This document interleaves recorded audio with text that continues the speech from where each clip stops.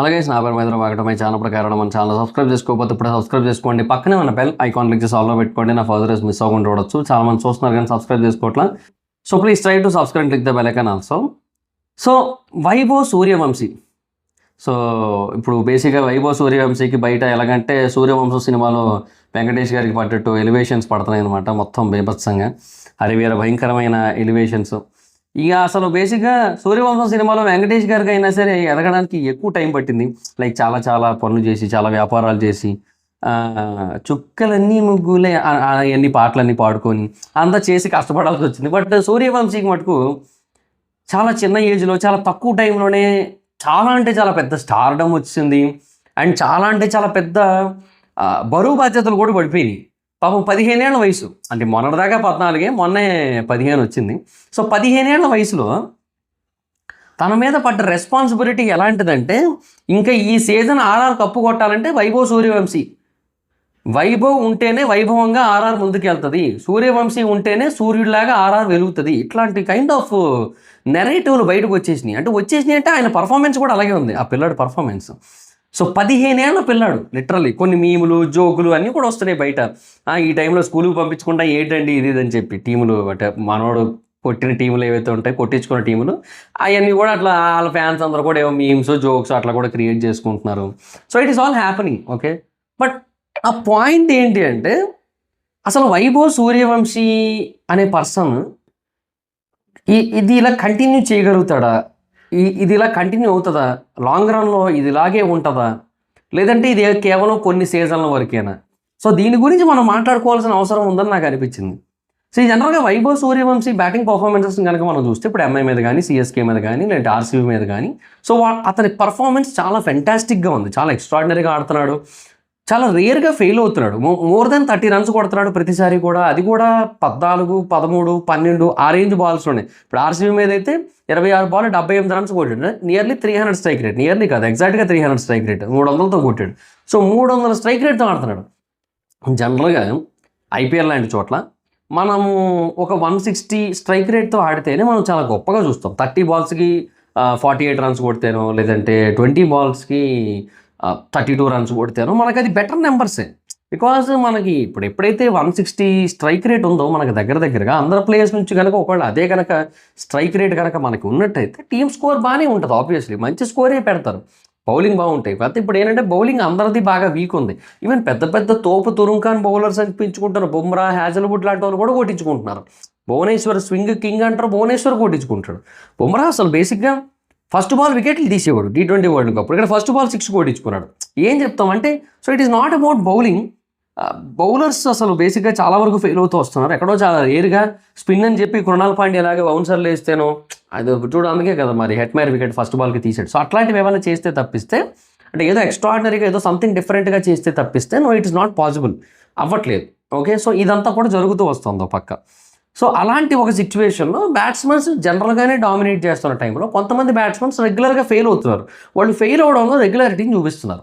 So అది కూడా ఒక పక్క మనం నోటీస్ చేయాల్సిన విషయం. కాకపోతే కొంతమంది బ్యాట్స్మెన్స్ మటుకు సక్సెస్ అవడంలో రెగ్యులారిటీ చూపిస్తున్నారు. ఇప్పుడు సంజు శాంసన్ని మనము వైభవ్ సూర్యవంశీని కంపేర్ చేసుకోవచ్చు. ఇప్పుడు సంజు శాంసన్ ఉన్నాడు, తను బేసిక్గా మనకి T20 వరల్డ్ కప్లో స్టార్ అసలు T20సేగా, అది కూడా T20 వరల్డ్ కప్పేగా, T20స్లో స్టార్ అయ్యాడు.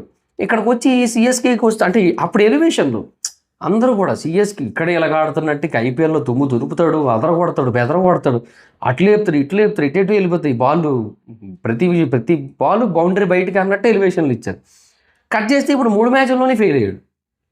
మీన్వైల్ వైభవ్ సూర్యవంశీ ఆడిన 4 మ్యాచ్ల్లో ఒక దాంట్లో కొంచెం తక్కువ స్కోర్ చేశాడు, కానీ మిగతా అన్నింటిలోని కూడా చాలా ఫెంటాస్టిక్ స్కోర్లు అయితే కొడుతూ వచ్చాడు. మోర్ దెన్ 30 కొట్టాడు. అది కూడా బెటర్ స్ట్రైక్ రేట్లతో కొడుతున్నాడు. 250, 230, 280, నిన్న మ్యాచ్లో 300 ఈ లెవెల్ ఆఫ్ స్ట్రైక్ రేట్లతో కొడుతున్నాడు. సో స్ట్రైక్ రేట్లు ఎప్పుడైతే అంతంత స్థాయిలో మెయింటైన్ చేస్తున్నాడో, ఆబ్వియస్లీ తన స్టైల్ ఆఫ్ బ్యాటింగ్ అనేది అర్థమైపోతుంది మనకి. It is more than hitting. It's not just about hitting అంటే ఏంటి? మనం బేసిక్గా ఒక బాల్ చూసుకొని, ఆ బాల్ బేసిక్గా కొట్టడానికి అనుకూలంగా ఉంది అంటే ఫీల్డింగ్ అంతా చూసుకొని కొట్టడానికి అనుకూలంగా ఉంది అని ఆలోచించుకొని కొట్టడం అనేది హిట్టింగ్.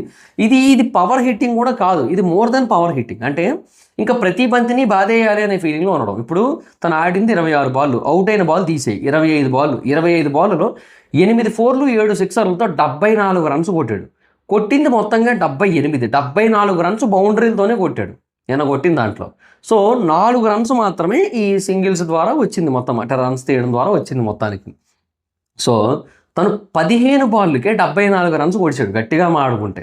ఆ మిగతా 10 బాళ్ళకి ఓ 4 రన్లు కొట్టాడు, అంటే కొన్ని డాట్లు కూడా అవుతుంటాయి కదా. సో అలా జరిగింది మొత్తానికి, అలా స్కోర్ చేస్తున్నాడు. సో అంటే తన మైండ్ సెట్ ఎలా ఉందంటే ప్రతి బాల్ కొట్టాలి అనేది ఉంది. ఇది బేసిక్గా ఉడుకు రక్తం, ఇది ఉడుకు రక్తం తాలూకు హిట్టింగ్ తప్పిస్తే ఇది న్యాచురల్ పవర్ హిట్టింగ్ స్టైల్ అయితే కాదు. సో అది పాయింట్.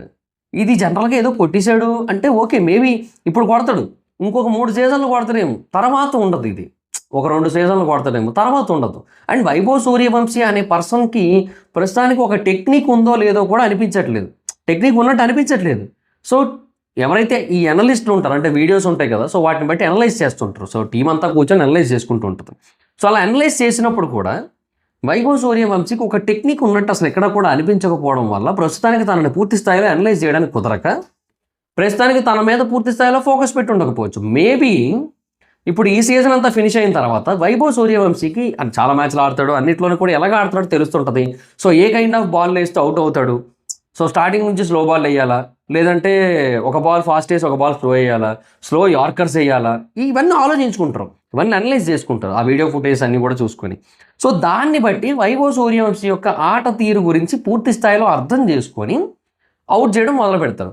ఈవెన్ విరాట్ కోహ్లీ విషయంలో కూడా చాలామంది ఒకప్పుడు అదే చేసేవారు. విరాట్ కోహ్లీ ఆఫ్ స్టంప్కి అవతల, అంటే 5th వికెట్కో 6th వికెట్కో బాల్ వేస్తే అవుట్ అయిపోతారు, స్లిప్కో కీపర్కో క్యాచ్ ఇచ్చారే పాయింట్ ఉంది, ఎప్పటి నుంచో ఉంది.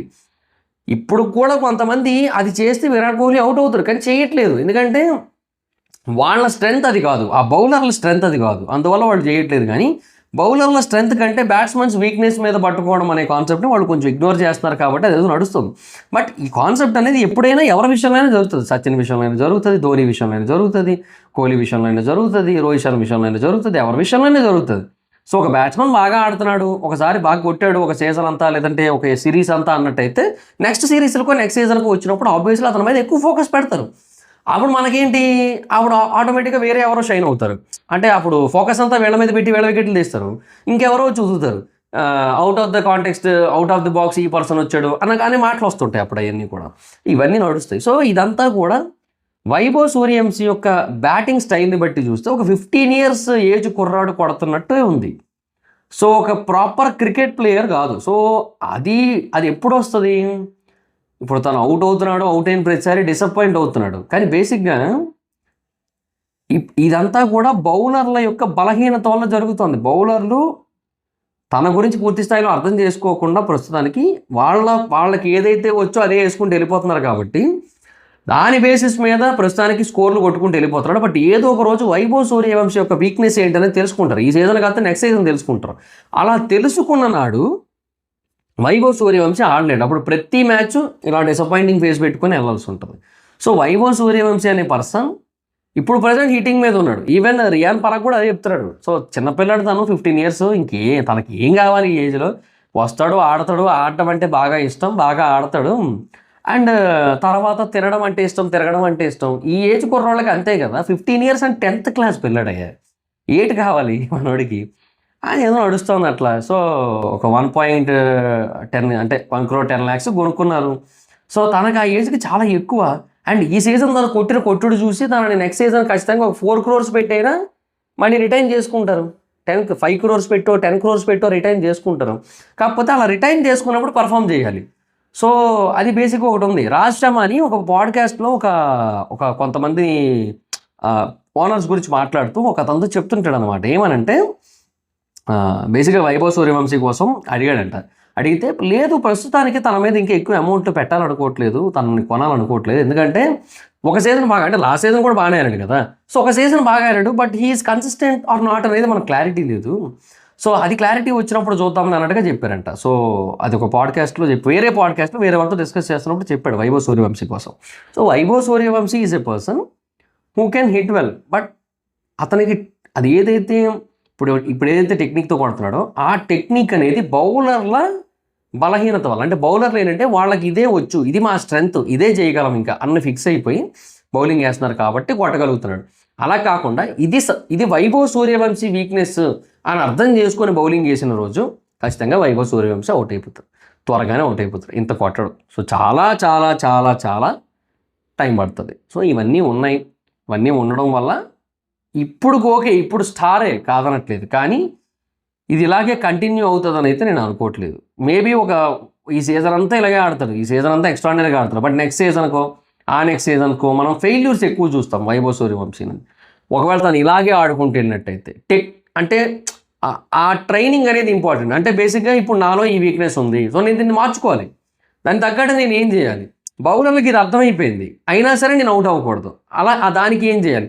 సో అది నాకు ప్రస్తుతానికి వైభవ్ సూర్యవంశీలో కనబడట్లేదు. ప్రస్తుతానికైతే అదే జరుగుతుంది. ఎందుకంటే తన వెర్షన్ ఏంటి, పవర్ ప్లే అయినా నాన్ పవర్ ప్లే అయినా సరే బంతిని బాధేయాలి, అది 4 6 ఏదో ఒకటి పోవాలి మొత్తానికి. ఆ వెర్షన్లో ఉన్నాడు, గ్యాపులు చూసుకొని అటు కొట్టేద్దాం అన్నట్టు అనుకుంటున్నాడు.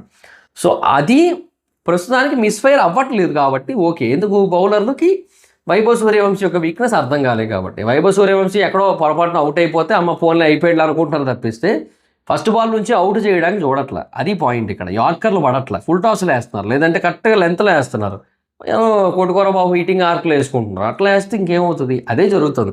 సో బౌలర్ల బలహీనత వల్ల ప్రస్తుతానికి ఇట్లా నడుస్తుంది తప్పిస్తే ఏదో ఒక రోజు ఆ బౌలర్లు ఇతని బలహీనత ఏంటో అర్థం చేసుకొని బౌలింగ్ చేసిన నాడు త్వరగా అవుట్ అయిపోతాడని నా strong feeling. So this is what my feeling about Vaibhav Suryavanshi. మరి మీ అభిప్రాయం ఏంటి అతని మీద అనేది కింద కామెంట్ సెక్షన్లో చెప్పండి. So that's guys, this the video మీకు నచ్చితే లైక్ చేసి వీడియోని షేర్ చేయనప్పుడు కానీ మన ఛానల్ సబ్స్క్రైబ్ చేసుకోకపోతే ఇప్పుడు సబ్స్క్రైబ్ చేసుకోండి, పక్కనే ఉన్న బెల్ ఐకాన్ క్లిక్ చేసి ఆల్లో పెట్టుకోండి, నా ఫర్దర్స్ మిస్ అవ్వకుండా చూడొచ్చు. చాలా మంది చూస్తున్నారు కానీ సబ్స్క్రైబ్ చేసుకోవట్లేదు. So please try to subscribe, click the bell icon also. నా ఇన్స్టాగ్రామ్ ఐడి చూసి మా ఇద్దరం అక్కడ వచ్చి ఫాలో అవ్వచ్చు. Thank you so much guys. మా meet next video. Bye by.